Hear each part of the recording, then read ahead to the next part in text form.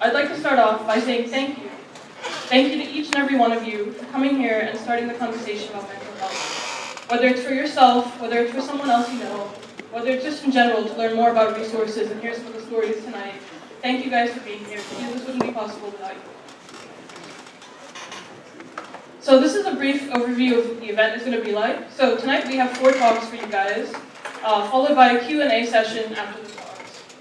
There's a link that you guys can submit questions at anonymously if you don't want to say them out loud. If not, we'll also be having someone with a mic go around and answer questions.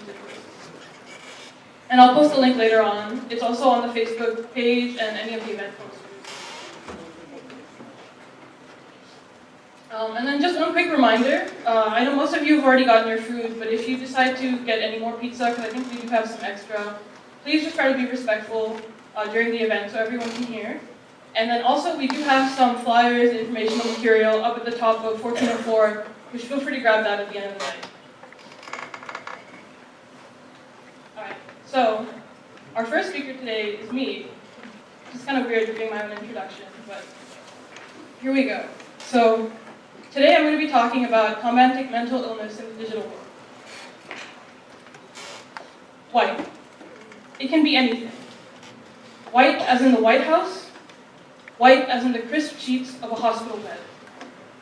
For me, it meant both.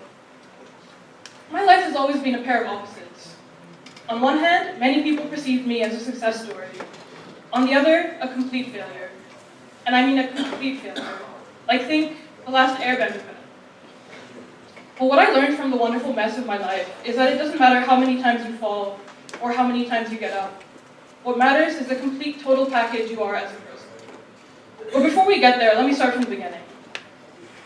I'm Ananya Cleetus, a current junior in CS at Illinois. I've never been invited on the Ellen Show, but I might be a familiar name around campus as the founder of UIUC memes for underfunded teens and overheard at UIUC.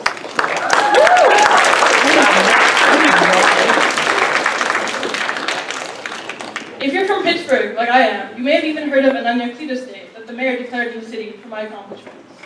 I think I'm actually more proud of the memes, though. For those of you unfamiliar with UIUC memes, it's actually a Facebook group dedicated to memes about the University of Illinois culture and student life. It has over 29,000 members and was actually started as a result of a class about memes I used to teach here at the computer science department through their SAIL program for high school students. Now, you've probably heard this story before in some form. The perfect child one. But mine's a tad bit different. Or maybe not that different. You know, everything for me started off perfectly on a cold December evening, the 27th, when I was born in New Delhi. As a kid, we moved around a lot, to Hong Kong, Louisville, St. Louis, and finally Pittsburgh. Everything seemed fine. Too fine, in fact. Nobody ever suspected what was brewing under the surface. Back to white, like White House Science Fair. When I was 16, I was selected to meet President Obama at the White House Science Fair for a robotic prosthetic hand I developed. I remember waiting at the booth in the White House, just waiting for my moment to say, "Thanks, Obama," to the man himself. But I couldn't focus. Cameras flashed in the background over the sound of kids rambling about their latest inventions. Everyone was focused on the presenters and, of course, on the president. Except for me. My mind was elsewhere. White. Or more like beige sheets, actually. I waited patiently in the hospital room. Of course, it was a completely empty room. Where else do they keep the psych patients? My first hospitalization is fresh in my memory, almost as if I came here just directly from discharge. But then, I'd be wearing a different sort of gown. I kept counting the tiles on the ceiling, waiting. Where would they send me? I knew it would be no Shutter Island or American Horror Story, but I had no idea what to expect. As it turned out, this hospitalization wouldn't be mine, not by a long shot. But let's switch to the Ananya you all would rather hear about. Believe me, I had all the boxes checked off when I was younger, like any overachieving Asian kid. White House Science Fair, IB diploma, started my own startup. I'd lie and say I had good grades too, but I'm going to be real with you guys. Besides that though, I was the seemingly perfect Indian child. Or at least most people. In reality, I'd always felt like I had a double life. Think Jekyll and Hyde, but brown and younger. Also, I definitely don't go around caning people to death in dark alleys. In my case, Hyde was the failure Ananya, the one who let people down. On one hand, I was the kid who held patents at age 16, but on the inside, I was the severely depressed kid hiding my feelings from my parents. And believe me, it wasn't easy. Although my parents are very liberal and open-minded, they're still Indians. And Indians don't talk about it. For my fellow Desis out there in the audience, you know what I mean. It's always swept under the rug, hidden out of view. Nobody wants to admit there's something wrong with their child. I recently saw a post on subtle curry traits, which is an amazing meme group that said, depression is like sex. Indian parents think their kids don't have it. Just think about that for a second. That jokes aside, mental illness could be more taboo than drugs, partying, and premarital sex. You know, personally, I had always struggled with mood swings and suicidal thoughts, but it wasn't until college when things started to spiral out of control. Freshman year, I almost got kicked out of my dorm building for so many visits from the police for suicidal ideation. And all this while, I felt like everything was my fault. That the reason I was stressing out my friends, family, and alienating everyone around me was because I was not a likable and lovable person. That I had a basic character flaw, or maybe I had made a wrong decision somewhere, at some time, that led me to being where I was. It soon emerged that I was actually bipolar. For those of you who aren't familiar with the disorder, it's characterized by extreme mood swings, primarily between manic and depressive episodes. It affects nearly 5.7 million Americans yearly. It surfaces in your late teens and early 20s. Perfect timing for freshman year. And you know, it's not just the lyrics of a Katy Perry song, or a term you call your girlfriend when she changes her mind a few too many times. It's a real, debilitating illness that can affect anyone. Here's a picture of what your brain looks like normally versus what it might look like if you have bipolar disorder. Through all my hospital visits, I've met people who've experienced all kinds of manifestations of bipolar disorder, ranging from people who've gambled away their entire life savings in a matter of days while being manic, to people who've drunk themselves to near death and a depression. I've met people who've destroyed their lives, their families, and their relationships all through this illness. And I guess they met me. The next part of my story is the phone call. The one telling my parents I had to leave the university due to too many suicide attempts. While all this was happening, I was laying on a ventilator at OSF Heart of Mary after having just been resuscitated. I don't remember it too well, but I'm sure the bed had the same white sheets. And it became clear. I had failed. And there was nothing my robotic hand, or startup, or Obama could do about it. It was all over.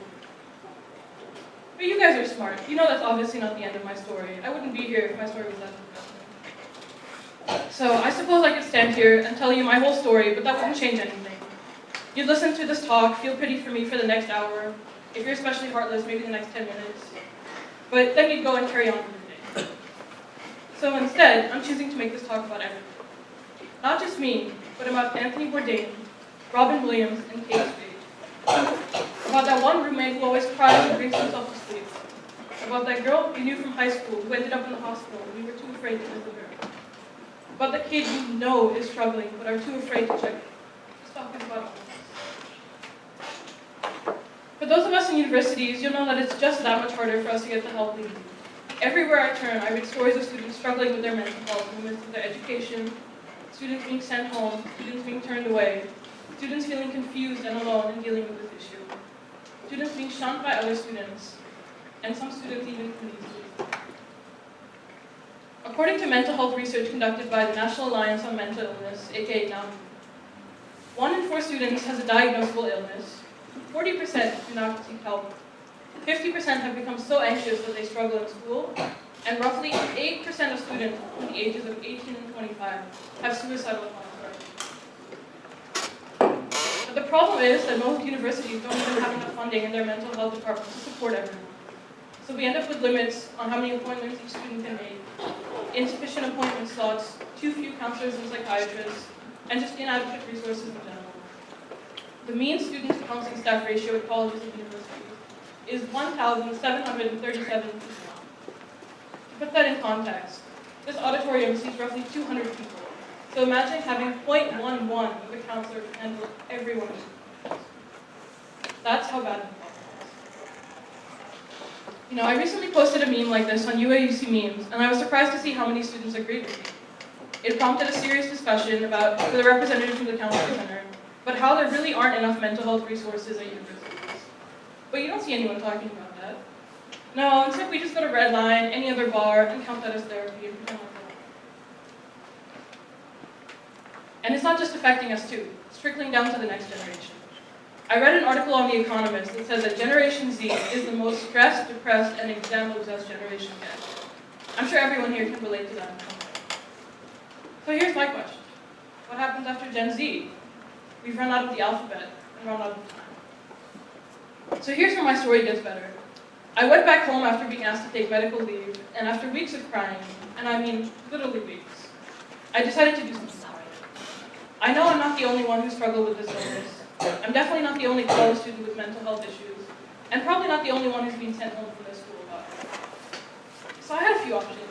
I could do what everyone does, make a post on Facebook about suicide awareness. I could retweet some Robin Williams quotes. I could even share the suicide hotline number. And all those things are great, don't get me wrong. But honestly, I don't think that's enough.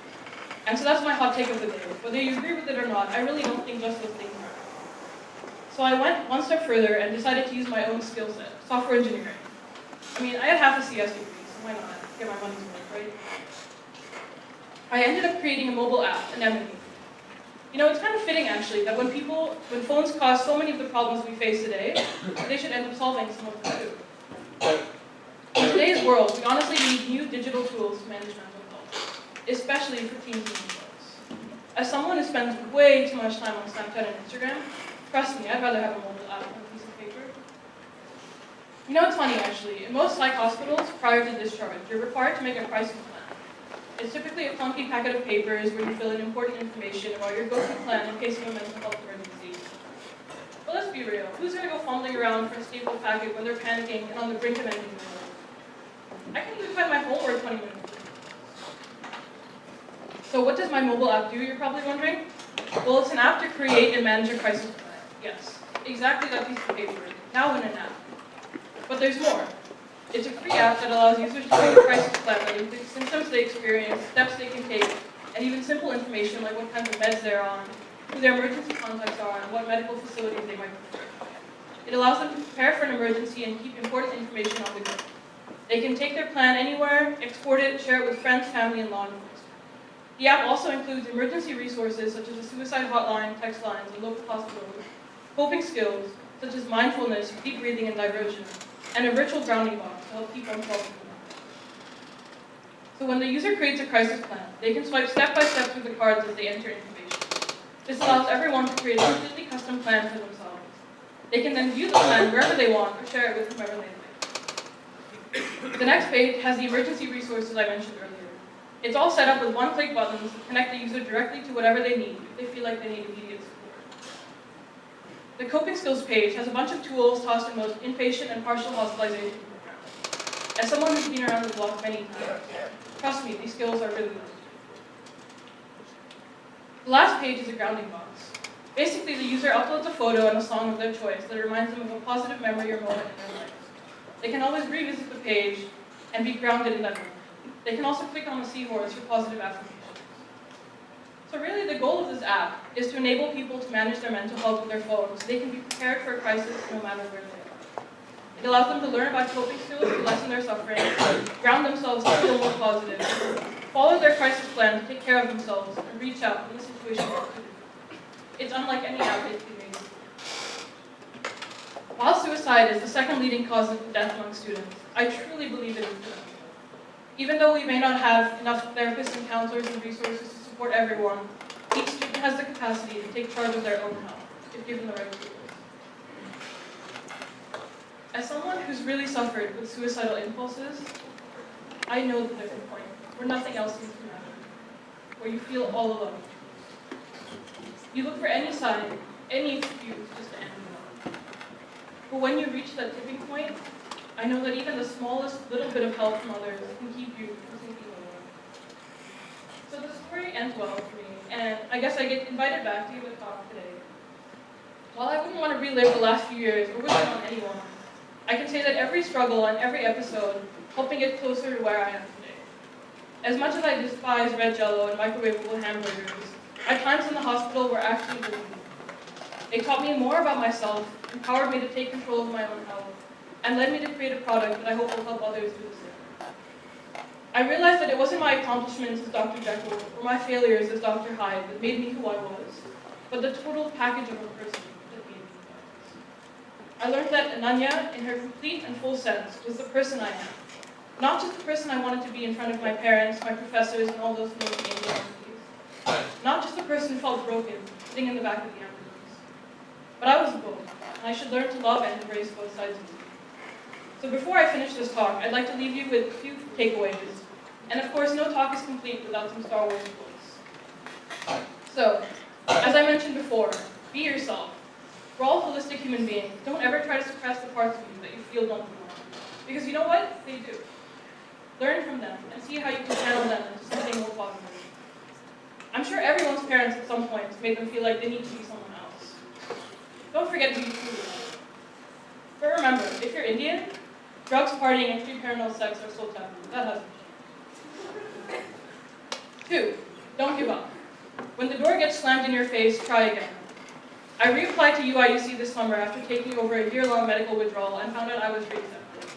I never thought that would have been possible and would have honestly given up if it weren't for the support of my parents. 3, speak up. When you see someone struggling, speak up. The next time you feel low and are afraid of opening to your dad about it, knock on his door. When you see your best friend falling behind in classes, reach out. Push yourselves to help each other, support one another, and talk about this taboo topic. If you can, challenge yourself to do even more. Start advocacy groups, become a peer specialist, create an online forum for people. Possibilities are honestly endless. Anyway, thank you all. You've been a wonderful, supportive audience.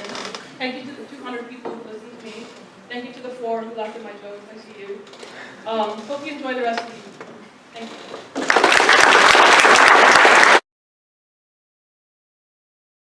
I usually talk to a lot of parents in this room, so this is a little bit on the flip side for me.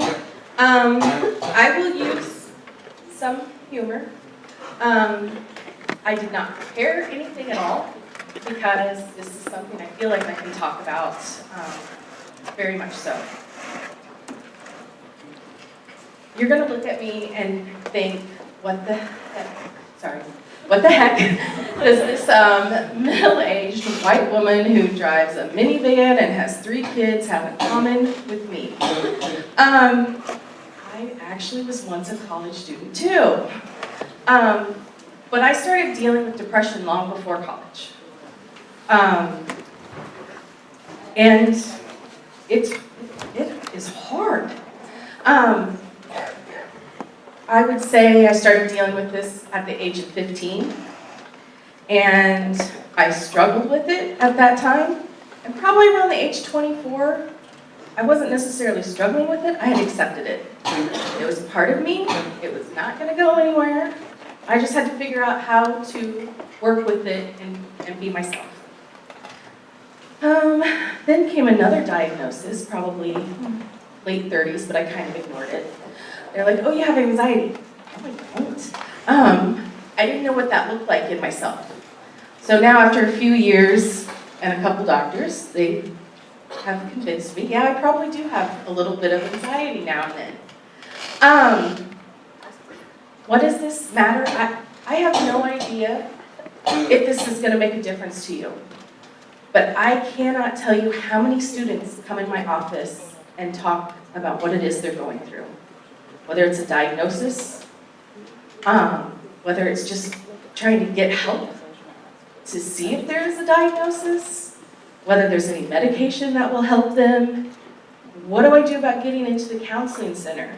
Where can I go? Where can I go and nobody find out that I'm going there? A little bit of everything. I wish I knew, I guess, how many people.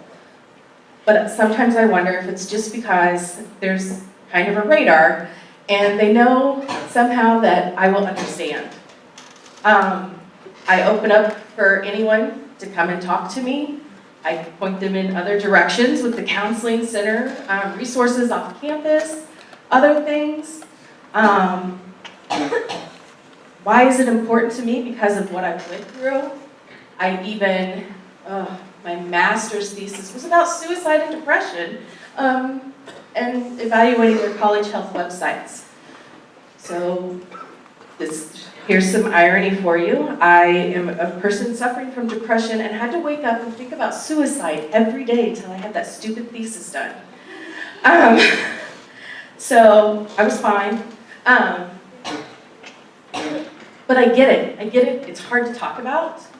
I would never have gotten up as your guys' age and talked about my problems. I'm old now, so I don't care what you think. If that makes you uncomfortable, I'm sorry for you. But it's okay, I can talk about this now. I know how I am. I can speak from experience. It will get better. I mean, I never thought I'd be married with 3 kids and I have a job I love. It gets better. It might get worse for a little while. So other things will happen, but it gets better no matter what you're going through is what I want you to know. So reach out to somebody that you're comfortable talking about.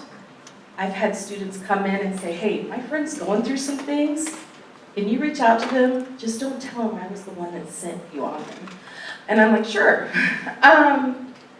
The other thing, I always tell students not to tell their parents I said this.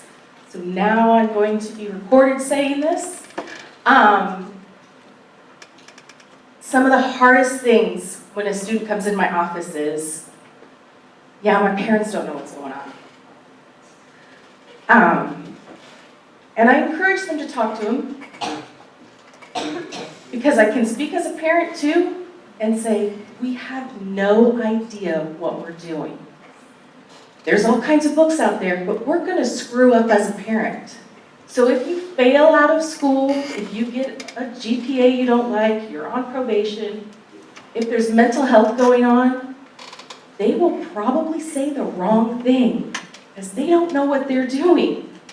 But as a child, they know everything. They've always told you what to do, so they're right. They are probably going to screw up. They might say the wrong thing, but whatever happens, it's because they love you.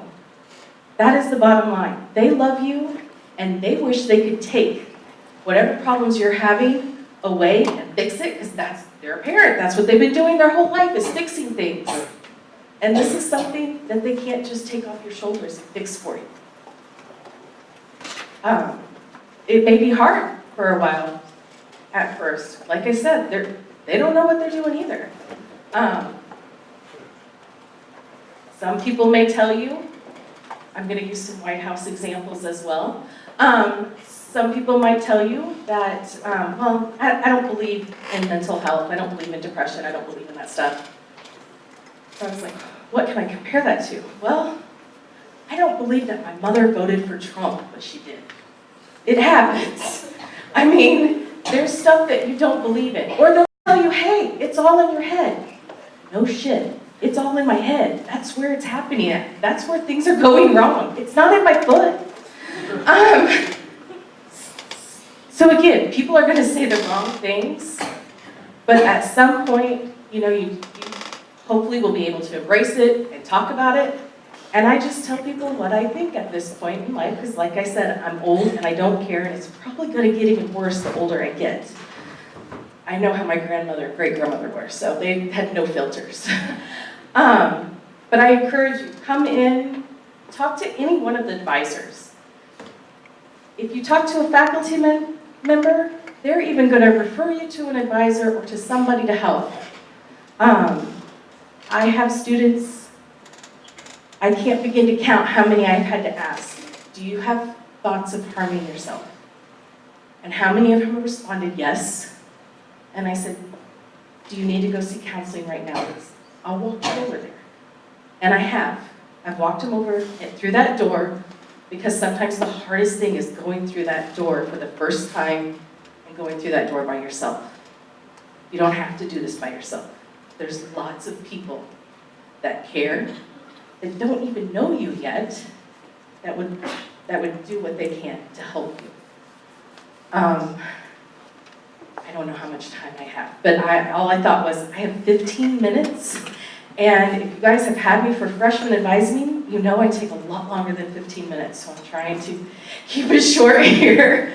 I don't know what else I can truly say. Mental health is not going to go away in our country, in the world, and we have to be able to talk about it to make things better.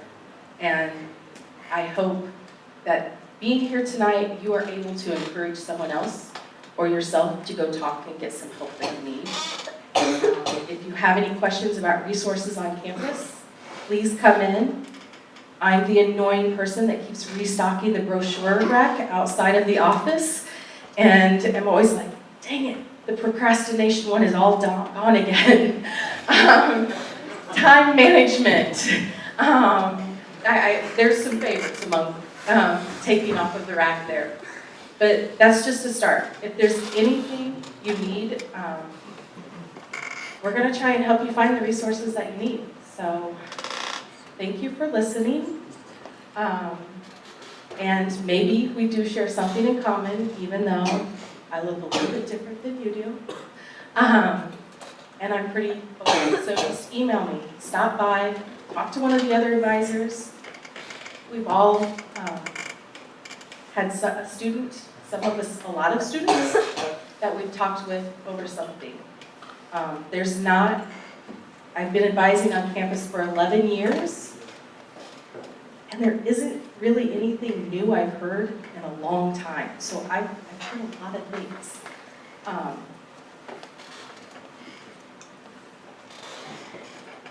I'm going to end it there and go on.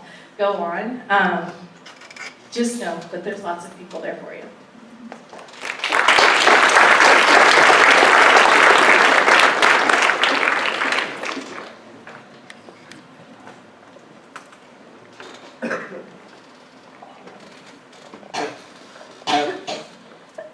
Before I introduce the next speaker, though, I would like to say, can we just have one more round of applause for Heather?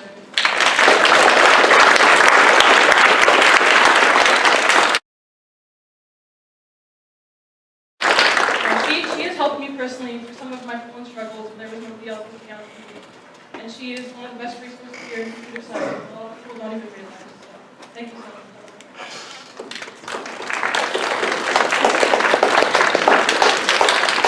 Also, the brochures that she was talking about, I believe they're in the back as well if you want to grab some. Although I don't know if the procrastination one is already over. We'll see. Anyway, the next speaker is someone who's also very dear to my heart, because she was one of the first friends that I made coming here at U of I. And now I'm so happy to see some of the amazing stuff that she's working on. And so I'd like to introduce our next speaker, Sridas, who's working as the mental health director through the Dean Student Advisory Board.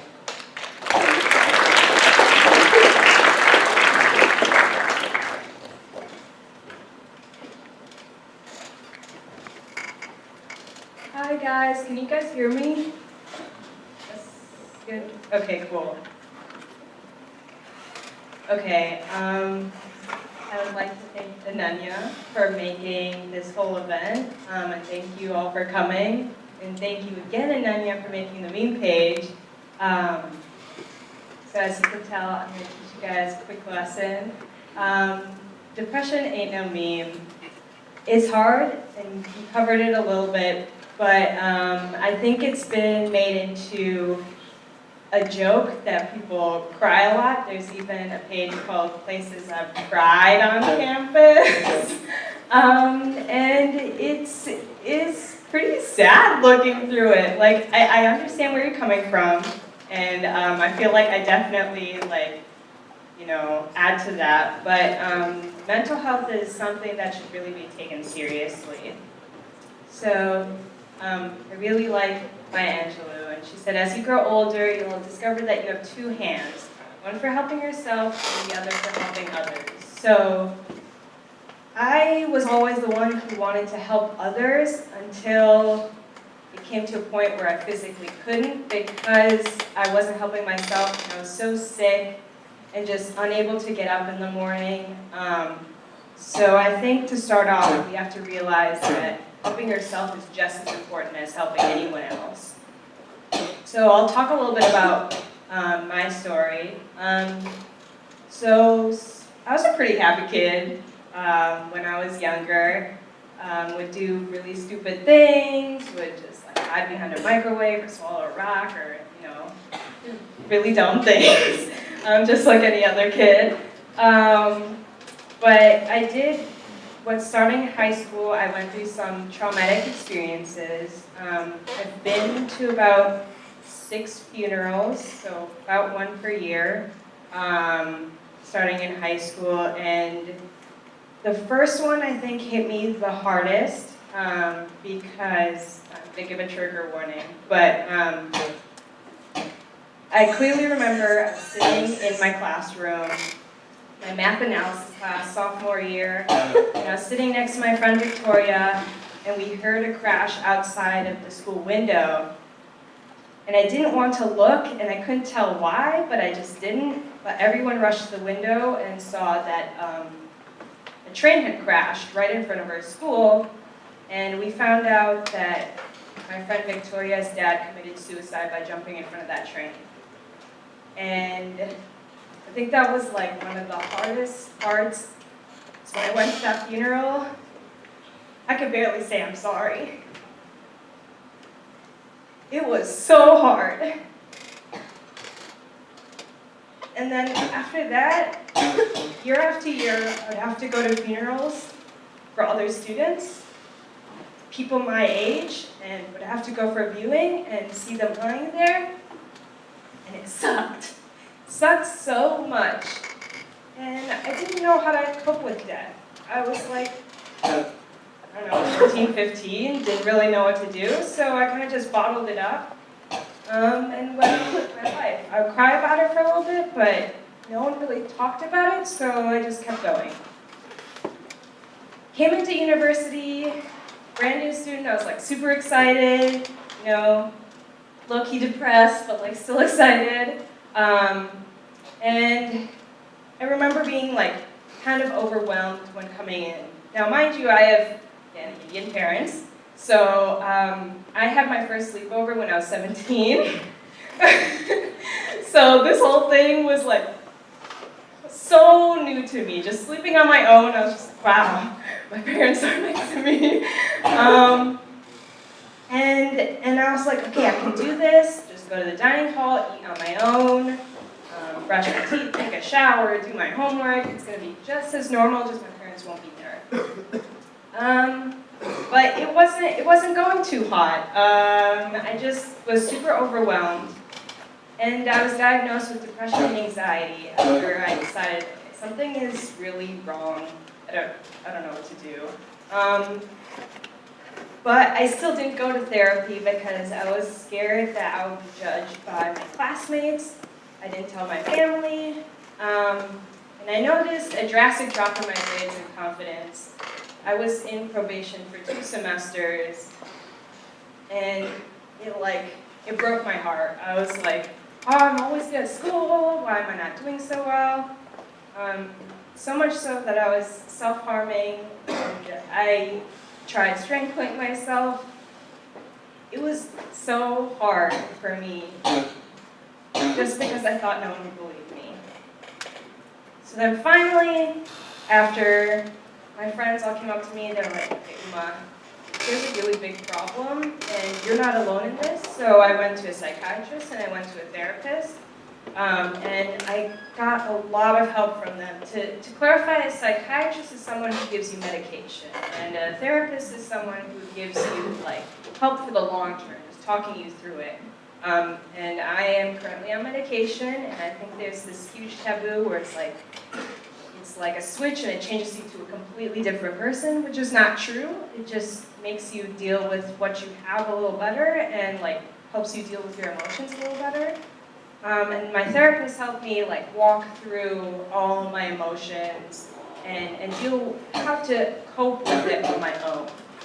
And I finally stopped bottling up my feelings. And I accepted myself and celebrated myself for who I was. I was really nervous before, and now can go out and be like, wow, I look super sexy today, or, you know, I did good on that test, or, you know, even if I didn't do well, but you get it. Like, I was super confident in myself, and through candid conversations, I found out so many people have this problem, whether it's depression or anxiety. Like, a lot of us have it, especially here in engineering. I think the program is so difficult. It's meant to be difficult. And as a mental health officer, I really want to nail it that I'm here to bridge you guys and the professors and the deans so we make our program a little better. Because I know sometimes professors may not be that accepting, because it's hard when you have a lot of students and you can't tell which ones are just, you know, slacking off and which ones are like actually depressed. And I want you guys to like talk about it more and tell me about what problems you might have or how I can help you, so that like as a college we can get together and make this better. So things that I do aside from like going to a therapist, I need to stop self-demeaning comments, and I still do this and it's really hard, but things like, oh, I'm so stupid, I'm so dumb, I'm so ugly. Things like that is really not the best way to cope with depression or anxiety. That just like fuels the cycle. Set small goals and celebrate your accomplishments. For me, things like cleaning the toilet or cleaning the dishes or something, I'm like, yeah, I had time to do it, and I'm really happy that I was able to get out of my way and do it. Or like, oh, I did well on that quiz, or I actually finished my homework this time, and I think I nailed it. And then call someone you trust, like a family or a friend or whoever, to walk through your issue. I think my hardest part was calling my parents and saying like, hey, this is really a problem, and I'm like suicidal and depressed. Just because we never really talked about it, and you have to take it from their side. As a parent, they're gonna think they're a failure, and it sucks. My mom got really sad about it just because she thought she failed as a parent, but that's not true. It's just a medical condition, and they can't be blamed for it, so they're probably gonna take it and put it on you the wrong way, but they really mean the best for you. So I would like strongly consider talking to your family about it and being like, hey, I have this issue and I don't know what to do. Go for a walk and listen to music, always a great option when you're on campus. Last one, not on campus, cry or scream a little. If I hear distant screaming, I'm sorry, that's gonna be a little weird. But at home, like, just a good cry or screaming into your pillow or getting your frustrations out is really, really helpful. I know people are like, oh, if you cry, you're weak. That's not true. It relieves your burden, makes you feel much better, and then you can just get on with your day. So for me, once I started doing these things, I started enjoying school again, and I got better grades. I'm out of probation, and I have a lot more self-confidence. And in general, I feel happier, which is so important because there's that saying that's like, treat others how you want to be treated, but it could also go the other way around. Treat yourself the way you treat other people. You wouldn't go around saying abusive words to other people, and you wouldn't cut them, you wouldn't strangle them, you wouldn't do weird shit like that. So why would you do that to yourself? Why would you put yourself through all that pain? You are just as deserving of a human being as anyone else. So yeah, it's good to take time for mental health, because then you're able to pursue your hobbies and try new things, and finally you're able to help others. I mean, if that was your goal. If it wasn't, okay. Yeah, you're finally gonna have time to think about yourself, think about others, and not constantly worrying about crying or just being upset. all the time. So to leave it at that, I just want to say, be kind to yourself. It should not be a taboo topic, especially in the engineering department, and I think among males. They don't really want to talk about it, but it's something that we really need to improve on. So yeah, thank you for listening.